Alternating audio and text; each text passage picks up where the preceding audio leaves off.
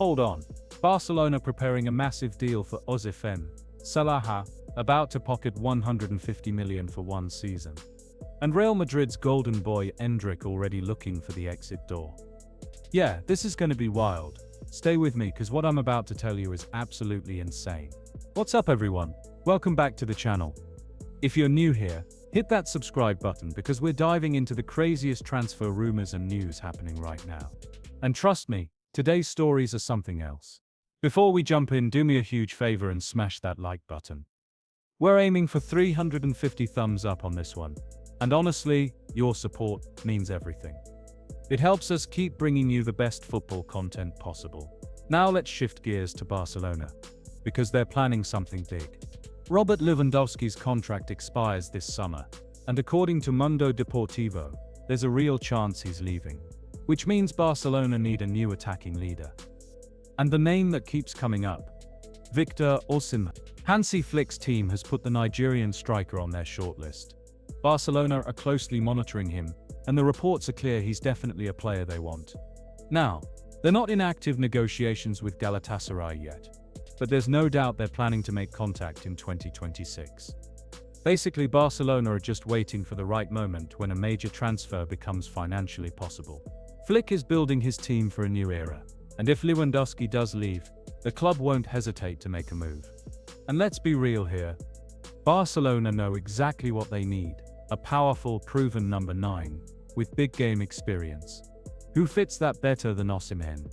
The guy is one of the best forwards in modern football. His numbers at Napoli were incredible, and a lot of people were shocked when he ended up at Galatasaray, instead of one of Europe's elite clubs last summer. But that transfer was basically forced. Napoli couldn't keep him, Chelsea messed up the negotiations over personal terms, and only Galatasaray agreed to meet everyone's demands. Here's the thing though, Galatasaray paid Napoli €75 million for him after his successful loan. And now they're going to want even more. Plus, Osimhen's contract has a clause that stops him from moving to any Italian club for 2 years. Which actually helps Barcelona because it reduces the competition. If Barcelona do go for Osimhen, they'd be trying to succeed where Chelsea failed. Remember, Chelsea were in serious talks with him in summer 2024, but the deal fell apart when they got to salary discussions. That's what left him out of Napoli's squad until Galatasaray saved him with that loan. But let's not pretend this is simple. Everything depends on Barcelona's financial situation. Signing a striker of this level is a huge investment. Deco, Barcelona's sporting director, has already tried to manage expectations. He said they shouldn't expect either a Lewandowski extension or a new number 9 signing, unless the market gives them a good opportunity. But that opportunity could come this summer, when Lewandowski's departure frees up salary space. That opens the door for a major move. Yes, financial fair play is still an obstacle, but Flick and the board understand something. Without a goal-scoring forward, this team can't take the next step. The big question is Osimhen himself. Is he willing to lower his salary demands to join Barcelona? That's the main hurdle. Victor wants a serious contract, but he also knows Galatasaray won't be his final destination. He's spent a year in Turkey now. He knows the league's level, and he's probably not planning to finish his career there. So basically, both sides are waiting. Barcelona for the chance to sell some players and free up budget space. Osimhen for a signal that the Catalans are ready to make a real offer. If that happens, this could be one of the biggest stories of next summer. Barcelona looking for a new attacking star, and Osimhen dreaming of returning to top-level football. Everything seems to be lining up for their paths to cross. The only question is, who makes the first move? So, let's talk about ENDRICK. Remember him, the Brazilian wonderkid that Real Madrid signed with all that hype and excitement? Well, here's the problem. We're in November now, and this kid hasn't played a single minute for Real Madrid this season. Not one. For someone who was supposed to be Brazil's next big number 9. This is honestly concerning, and that's exactly why Lyon has jumped at the opportunity. According to Fabrizio Romano, and we all know if Fabrizio's reporting it, there's something real going on here. Lyon have already started talks with Real Madrid about bringing ENDRICK in on loan. His agents at Rock Nation are involved in the discussions too. Romano's saying that negotiations have kicked off for the January window, and Lyon are genuinely interested in making this happen. What's more interesting, the player himself actually wants this move. He wants out of Madrid, and he's keen on the Lyon offer. Now, nothing's signed yet, but this isn't just speculation anymore. Lyon are in pole position right now. And here's what's really telling. ENDRICK sees this as more than just a temporary fix. He views Lyon as the only major European club where he'd actually be guaranteed to start from day one. But of course, Real Madrid aren't just going to let him go for free. They're demanding that any club taking him pays a loan fee and covers a big chunk of his wages. For Lyon, who are going through some financial struggles themselves, that's not exactly easy, but they're willing to take the risk because, let's be honest, the kid's got massive potential. Lyon are proposing a 6-month loan until the end of the season. Just enough time for ENDRICK to get those crucial minutes, build his confidence back up, and prove he's not just another overhyped prospect. Think about it. Real Madrid signed him in summer 2024 with all this fanfare. And since then, nothing. The coaching staff clearly prefers their experienced players, and they're not exactly rushing to trust a 19-year-old. Fabrizio also mentions that ENDRICK's going to explore all his options when January comes around. There's interest from clubs in Spain and Germany too. But right now, Lyon are the most serious about it. And honestly, the pressure on this kid is mounting. He's recovered from injury, he's in great shape, but he still can't get on the pitch. Not even in La Liga matches. When you're dreaming about the 2026 World Cup, sitting on the bench just isn't an option. That's why this loan move isn't just likely, it's basically inevitable at this point. Real Madrid won't send him somewhere where he'll just ride the bench again. They want guaranteed playing time for him. That's their main condition. So here's where we're at. If Lyon can sort out the money side of things, this deal gets done as soon as the window opens. If not, Madrid will look at other offers. But Lyon? They're not backing down. The ironic part, January isn't even here yet, and ENDRICK's name is everywhere. Maybe France is where he finally stops being just the talent for the future, and becomes the player Madrid thought they were getting. Alright, next up, Adam Wharton. If you haven't heard this name yet, you need to remember it. The Crystal Palace central midfielder is a rising star, who looks destined to leave Selhurst Park soon. And according to Court Offside, Liverpool are pretty confident they're his first choice, despite interest from other top clubs, including Manchester United. The feeling at Anfield is that Wharton wants to join them specifically. Liverpool are planning to bring in at least 2 top-class central midfielders, and the 21-year-old is high on their list. But let's be honest, Adam Wharton is one of the brightest young midfielders in England right now. He's proven himself in the Premier League, become crucial for Palace, and it's hard to imagine the club keeping him past next summer. The interest in him is massive. And while Liverpool believe in their project under Arne Slot, their recent shaky results could actually work against them here. A lot will depend on how the season ends. A top 4 finish could be the deciding factor. Whoever gets Champions League football probably gets Wharton. It's that simple. From what we're hearing, the player himself wants regular game time and a spot in elite European competition. He's not looking to warm anyone's bench. He wants a project where he can shine on the biggest stage. What's also interesting is that Crystal Palace aren't exactly thrilled about strengthening a Premier League rival. If they do sell, they might prefer shipping him abroad. But Wharton himself probably wants to stay in England. And both Anfield and Old Trafford are looking like strong options. So, the race is on. Wharton's hot property. Liverpool are determined. United are in the mix. Palace are getting ready to let him go. Now it all comes down to who can show the strongest project, the most stable season, and the biggest ambitions.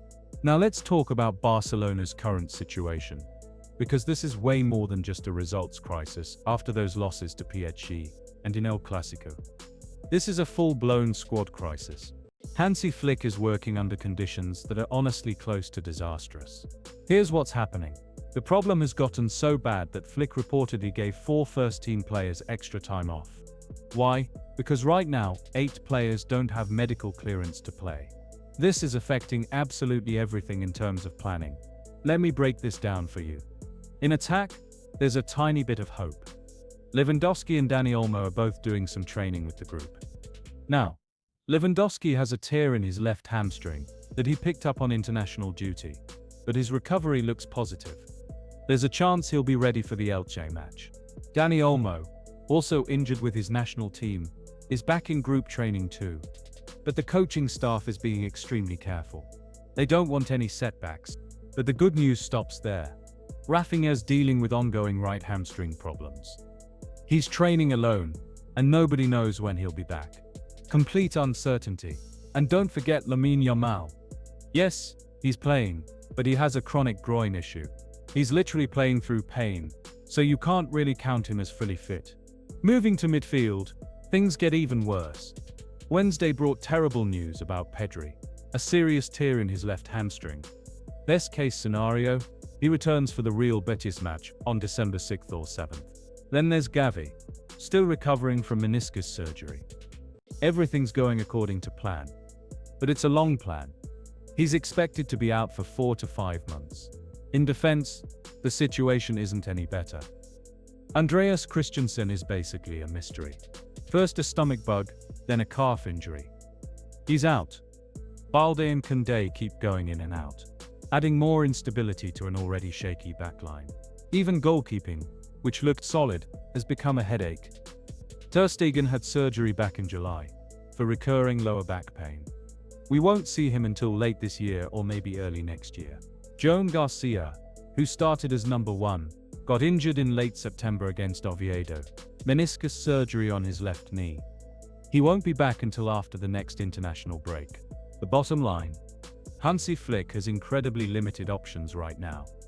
Every week brings new problems. His main job isn't just preparing for games anymore. It's delicately managing player recoveries to avoid rushing anyone back and causing more damage. Crucial weeks are ahead for Barcelona. How they handle this injury avalanche could define their entire season. And finally, let's talk about Mohamed Salah, because this story is absolutely wild. Saudi Arabia has no intention of backing down, and they're reportedly prepared to make one of the most incredible offers in football history, £150 million for a single season. Let that sink in. £150 million. For 1 year. And according to TBR Football, they're also ready to give him a stake in the club and make him a tourism ambassador. This deal, similar to Cristiano Ronaldo's contract at Al Nassr, looks like Saudi Pro League trying to add another superstar to their collection at any cost. Just imagine, £150 million, club ownership, ambassador status. Meanwhile, here I am just asking for a subscription. For free. You viewers are just as valuable to me as Salah is to the Saudis. The only difference, I'm not offering you a share in the channel, just inviting you to be part of it. Fair deal, right? But seriously, there's been a reaction from Egypt. Al Hilal's sporting director Hafiz said, Mohamed Salah is a big star. He's done what's difficult for any Arab footballer to repeat. He's focused on his professional career right now. Linking Salah's name with Al Hilal is media work. He's brought glory to Egyptian and Arab football. Let's be realistic. Salah extended his contract with Liverpool a few months ago. No Al Hilal official has spoken about this. This has only appeared in the press. These words seem like they're trying to divert attention, but journalists are noting that Saudi interest is genuine, and the offer is real and on the table. They already tried to sign Salah last summer, but he chose Liverpool and signed a new contract until 2027, becoming the highest paid player in the club's history at around £400,000 a week. But things have changed. Salah's form has declined. Liverpool's results are far from ideal, with 6 defeats in 7 matches. And according to recent reports, the club's management is starting to question whether this huge expenditure is justified. Head coach Arne Slot and sporting director Richard Hughes reportedly aren't seeing the return they expected from their star player. That's why rumors of Mohamed's possible departure this winter are starting to look increasingly realistic. Nobody's confirming official negotiations yet, but when we're talking about £150 million for a year plus club ownership, these conversations are rarely just made up. In the Saudi League, he's seen as the next great symbol who'll continue Ronaldo's legacy and could become the face of Arab football. In Europe, his options are limited. He's unlikely to stay in England because a move from Liverpool within the Premier League is improbable. PSG, they don't need another star forward. Real and Barca aren't showing interest either, and there aren't any Spanish clubs that can afford that salary. Serie A? Sure, it's romantic, but economically almost impossible. So if Salah decides to close his European chapter, the direction is obvious: the Middle East. They're prepared not just to pay, but to offer a sum that could eclipse even American sports star contracts. And honestly, he has every right to choose stability, influence and recognition in his home region. Everything suggests that if Liverpool don't turn their situation around, a parting with Mo could happen as early as this winter. Alright guys, that's all we've got for today's transfer news. Absolutely crazy stuff happening right now. What do you think? Should ENDRICK take that Lyon move? Can Barcelona actually pull off the Osimhen deal? Is Salah really heading to Saudi Arabia? Drop your thoughts in the comments below. I read every single one of them. And if you enjoyed this video, don't forget that like button. We're so close to 350 likes, let's get there together. Subscribe if you haven't already, hit that notification bell so you never miss an update, and I'll see you in the next one. Until then, take